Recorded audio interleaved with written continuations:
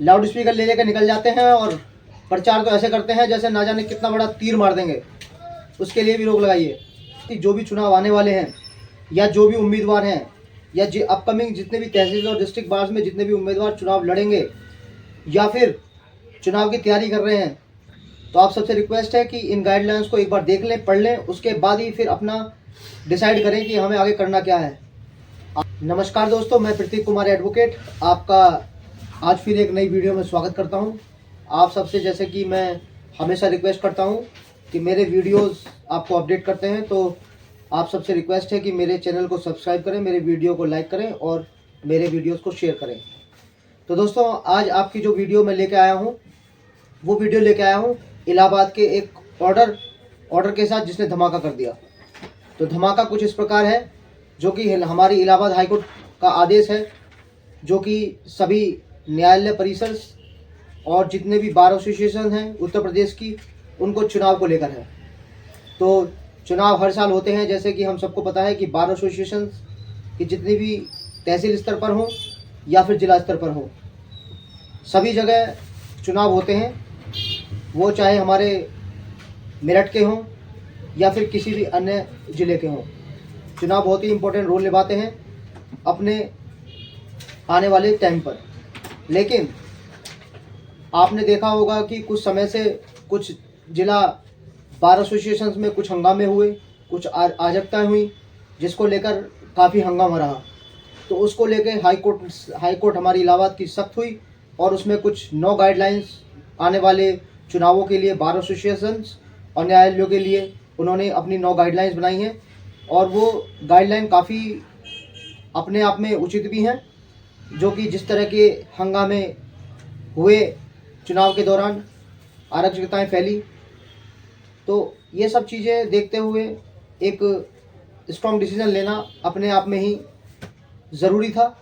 तो दोस्तों, मैं सभी एडवोकेट भाई और जितने भी मेरे जनता है जो मुझे सुनती है और देखती है, तो मैं 9 गाइडलाइंस हैं जो कि इलाहाबाद हाईकोर्ट ने बार एसोसिएशंस के उत्तर प्रदेश के समस्त जिलों के लिए जारी करी हैं, जिसमें है हेडिंग ही यही है, यूपी की सभी बार एसोसिएशन के चुनाव में पोस्टर और बैनर पर रोक।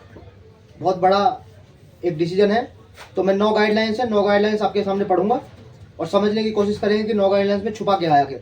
तो पहली गाइडलाइन हमारी है, कोई भी उम्मीदवार या उसका समर्थक सिविल कोर्ट इलाहाबाद, यूपी के अन्य सभी न्यायालयों और शहर उचित उच्च न्यायालय परिसर के भीतर कोई पोस्टर, हैंडलिंग, फोटो या चुनाव सामग्री नहीं लगाएगा या चिपकाएगा। ये अपना में पहली गाइडलाइन है। दूसरी गाइडलाइन की तरफ पढ़ते हैं, किसी भी उम्मीदवार या उसके समर्थक द्वारा न्यायालय या परिसर के गलियारे में जुलूस नहीं निकालेगा, प्रचार के उद्देश्य से नारेबाजी या ऊंची आवाज में कुछ बोलेगा नहीं जिससे न्यायालय के कामकाज में बाधा उत्पन्न हो। अब हम बढ़ते हैं तीसरी गाइडलाइन की तरफ, कोई भी उम्मीदवार या बार के सदस्य चुनाव प्रक्रिया के दौरान आपत्तिजनक भाषा का उपयोग नहीं करेंगे। जी, हम बढ़ते हैं चौथी गाइडलाइन। चौथी गाइडलाइन है, उम्मीदवार या उसके समर्थक संबंधित बार एसोसिएशन के चुनाव समाप्त होने तक पेशे की गरिमा को बनाए रखने के लिए किसी भी कारण से दोपहर के भोजन, रात्रि भोज आदि या सार्वजनिक स्थान पर किसी भी प्रकार की पार्टियों से परहेज करेंगे। जो कि चुनाव के नाम पर जो मीटिंग के दौरान भोज का आयोजन किया जाता है, उस पर भी हाई कोर्ट ने सख्त आदेश किया है और उस पर रोक लगाई है।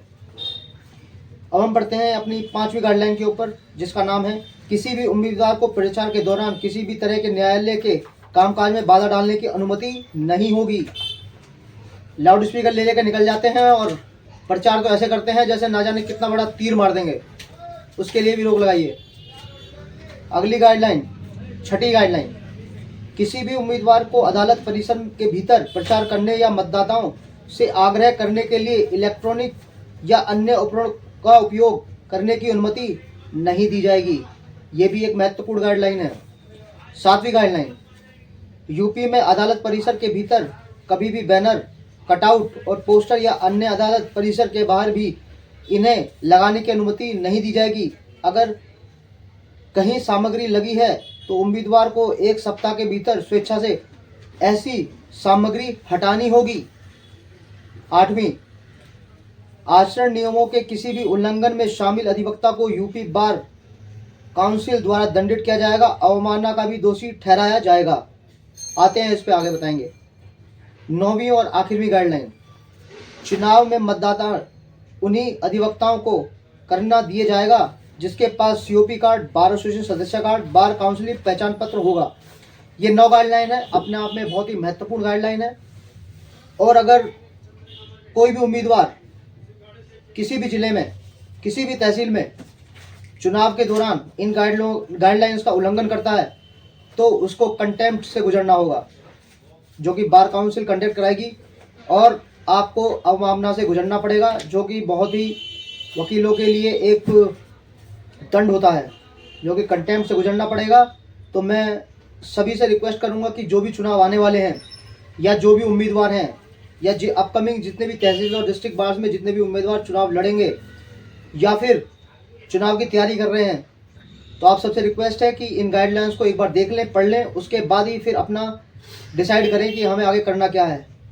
आप लोगों को चुनाव लड़ना है, अच्छी बात है, आपको अपने हिसाब से चुनाव में भाग लेना चाहिए और चुनाव में जो प्रक्रिया है उसे अपनाना चाहिए, लेकिन इन गाइडलाइंस का भी ध्यान रखें और इन गाइडलाइंस का ध्यान रखते हुए आपको जो है ये चुनाव कराने होंगे। इन गाइडलाइंस को ना तोड़ें।